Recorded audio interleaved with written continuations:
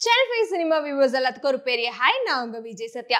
இன்னைக்கு சினி அப்டேட்ல நிறைய அப்டேட்ஸ் பார்க்க போறோம். சோ டக்குன்னு வீடியோக்குள்ள போயிடலாம். நம்ம தனுஷ் வந்து நிலவுக்கு என்மேல் என்னடி கோபம் அப்படின்னு சொல்லி ஒரு படம் வந்து டைரக்ட் பண்ணிட்டு இருக்காரு. அது மட்டும் இல்லாம இந்த படத்தை மியூசிக் டைரக்டர் வந்து நம்ம ஜிவி பிரகாஷ் தாங்க. ஆல்ரெடி நம்ம ஜிவி பிரகாஷோட இசை பத்தி சொல்லவே வேணாம். ஒவ்வொரு படத்துலயுமே ஏதாச்சும் ஒரு டிஃபரெண்ட் காட்டிட்டே தான் இருப்பாரு. சோ இந்த படத்துல வந்து அது யங்ஸ்டர்ஸை வச்சு படம் பண்றாங்க அப்படின்றப்போ ஜிவி பிரகாஷோட அந்த மியூசிக் கண்டிப்பா வேற லெவல்ல தான் இருக்கும். சோ இதுல என்ன அப்டேட் அப்படின்னு கேட்டீங்கன்னா, இன்னைக்கு ஈவினிங் 6 மணிக்கு வந்து இந்த நிலவுக்கு என்மேல் என்னடி கோபம் படத்துல இருந்து புள்ள அப்படின்ற ஒரு சாங் வந்து ரிலீஸ் பண்ண போறாங்க. சோ அந்த பாட்டு பாக்குறதுக்காக யாரெல்லாம் ரொம்ப ஆர்வமா வெயிட் பண்ணிட்டு இருக்கீங்களோ கமெண்ட்ல சொல்லிருங்க. கீர்த்தி சுரேஷ் அப்படின்னு சொன்னோடனே வந்து கண்டிப்பா தமிழ் சினிமால மோஸ்ட்லி எல்லாத்துக்கும் பிடிச்ச ஒரு ஹீரோயின் அப்படின்னே சொல்லலாம். இப்போ வந்து ரீசெண்டா உங்களுக்கு மேரேஜ் கூட இருந்துச்சு. ஆனா மேரேஜ் ஆனதுக்கு அப்புறமே பாத்தீங்கன்னா அந்த மாடர்ன் ட்ரெஸ்ல தாலி எல்லாம் போட்டு வந்து சோஷியல் மீடியா ஃபுல்லா அவங்களோட போட்டோஸ் தான் ட்ரெண்டிங்ல இருந்துச்சு. இப்போ நிறைய ஹிந்தி படங்களுமே வந்து நடிச்சிட்டு இருக்காங்க. இந்த நிலையில இப்போ அடுத்ததா வந்து நெட்ஃபிளிக்ஸ் ஓடிடியோட வெப் சீரிஸ்ல வந்து நம்ம கீர்த்தி சுரேஷ் வந்து ஹீரோயினா நடிச்சிருக்காங்க. சோ அந்த சீரிஸோட நேம் வந்து அக்கா அப்படின்னு சொல்லி வச்சிருக்காங்க. அதோட டீசர் கூட இப்பதாங்க ரீசெண்டா ரிலீஸ் ஆச்சு. அந்த டீசர் பாத்தீங்கன்னா வந்து கண்டிப்பா தெரிஞ்சிருக்கும். நம்ம கீர்த்தி சுரேஷோட லுக் அண்ட் ஸ்டைல் எல்லாமே வந்து வேற லெவல்ல இருந்துச்சு. அது மட்டும் இல்லாம அது வந்து ஒரு ஹிஸ்டாரிக்கல் ஜேர்னல்ல இருக்கும் அப்படின்ற மாதிரி தான் இருந்துச்சு. சோ பாக்குறப்போ மேபி அந்த வெப் சீரிஸ்ல கீர்த்தி சுரேஷோட ஆக்டிங் வந்து ஒரு பெரிய அளவுக்கு ஹைப் கொடுக்கும் அப்படின்றத டீசர் பாக்குறப்பே தெரிஞ்சிச்சு. ஒருவேளை இந்த சீரிஸ் எப்படி இருக்க போகுது அப்படின்றதெல்லாம் இன்னும் வர நாட்கள்ல வெயிட் பண்ணி பார்க்கலாம். நயன்தாரா, மாதவன், சித்தார்த் அப்புறம் மீரா ஜாஸ்மின் இவங்க எல்லாரும் சேர்ந்து நடிச்சிருக்க படம் தான் வந்து டெஸ்ட். இதோட அப்டேட் வந்து 5/3 விடுவாங்க அப்படின்னு சொல்லி ஆல்ரெடி நயன்தாரா சொல்லியிருந்தாங்க. அது மட்டும் இல்லாம இந்த படம் வந்து ஒரு கிரிக்கெட்டை பேஸ் பண்ண ஒரு படம் அப்படின்னு சொல்லலாம். இது வந்து டைரக்டா வந்து நெட்ஃபிளிக்ஸ் ஓடிடி தான் வந்து ரிலீஸ் பண்ண போறாங்களாம். சோ இந்த படத்தோட டீசர் வந்து இப்போ ரீசெண்டா ரிலீஸ் ஆயிருந்துச்சு. அந்த டீசர்ல பாத்தீங்கன்னா வந்து நம்ம சித்தார்த் வந்து இந்த கிரிக்கெட் கிரவுண்ட்ல எல்லாம் இருப்பாரு. அதுக்கப்புறம் பாத்தீங்கன்னா மாதவன், நயன்தாரா மோஸ்ட்லி இவங்க 4 பேத்த வச்சுதான் வந்து கதை போயிட்டு இருக்கும். சோ இது என்ன மாதிரி ஸ்டோரி அப்படின்ற விஷயம் என்ன, ஒரு 3 வேற வேற லைஃப்ல இருக்கக்கூடியவங்க இந்த கிரிக்கெட் மூலமா ஒன்னு சேர்ந்து அதுல அவங்களோட லைஃப் எப்படிலாம் மாறுது அப்படின்ற மாதிரி தான் படத்தோட ஒன் லைன் அப்படின்னு வந்து சொல்லிட்டு இருக்காங்க. அது மட்டும் இல்லாம அந்த டீசர்லயே வந்து தெரிஞ்சிருக்கும் மாதவன் நயன்தாரா தான் வந்து பேர் போல. அதே மாதிரி இந்த சைட் வந்து சித்தார்த், மீரா ஜாஸ்மின். சோ இந்த 2 கப்பிள் தான் இருக்காங்க.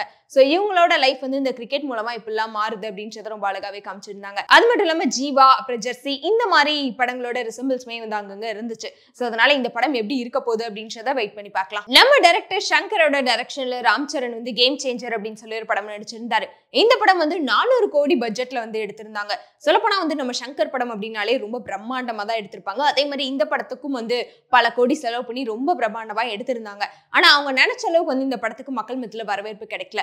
அதை தாண்டி பாக்ஸ் ஆபீஸ்லயுமே வந்து ஒரு பெரிய தோல்வி கிடைச்சிருச்சு அப்படின்னே சொல்லலாம். இதை பத்தி ரீசெண்டா வந்து ஒரு இன்டர்வியூல வந்து இந்த படத்தோட ப்ரொடியூசர் வந்து பேசியிருக்காரு. இந்த படத்தோட தோல்விக்கு காரணம் வந்து அந்த படத்தோட கதை தான். ஏன்னா கதையில கான்சென்ட்ரேட் பண்றதை தாண்டி பட்ஜெட் பிரம்மாண்டத்து மேல வந்து ஃபோக்கஸ் பண்ணியாச்சு.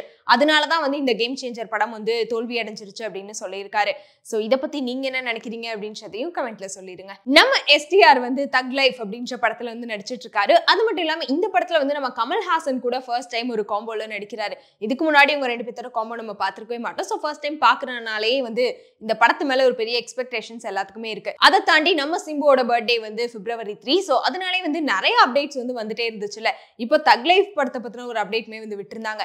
என்னன்னா தக் லைஃப் படத்துல நம்ம சிம்புவோட ஒரு வீடியோ ரிலீஸ் பண்ணி அவருக்கு வந்து விஷ் பண்ணியிருந்தாங்க. அந்த வீடியோல பாத்தீங்கன்னா வந்து நம்ம சிம்புவோட லுக் வந்து வேற லெவல் லுக்கா இருந்துச்சுங்க. சோ இந்த காலை படத்துல எல்லாம் ஃபேஸ் ஒரு மாதிரி சீரியஸா வச்சிருப்பார்ல. சோ அந்த மாதிரி அவரோட ஸ்டைலா இருக்கட்டும், அந்த ஆட்டிடியூட் எல்லாமே வந்து வேற லெவல்ல தான் இருந்துச்சு. அந்த ஸ்டைலா இருக்கட்டும், ஆட்டிடியூட் எல்லாமே வந்து வேற லெவல்ல தான் இருந்துச்சு. சோ அந்த ஒரு சின்ன வீடியோ கிளிப்ஸ் பார்த்தோன்னே வந்து தெரிஞ்சிருச்சு, ஓகே படத்துல வந்து சிம்புவோட கேரக்டர் வந்து செம்மையா தான் வச்சிருக்காங்க அப்படின்னு சொல்லிட்டு.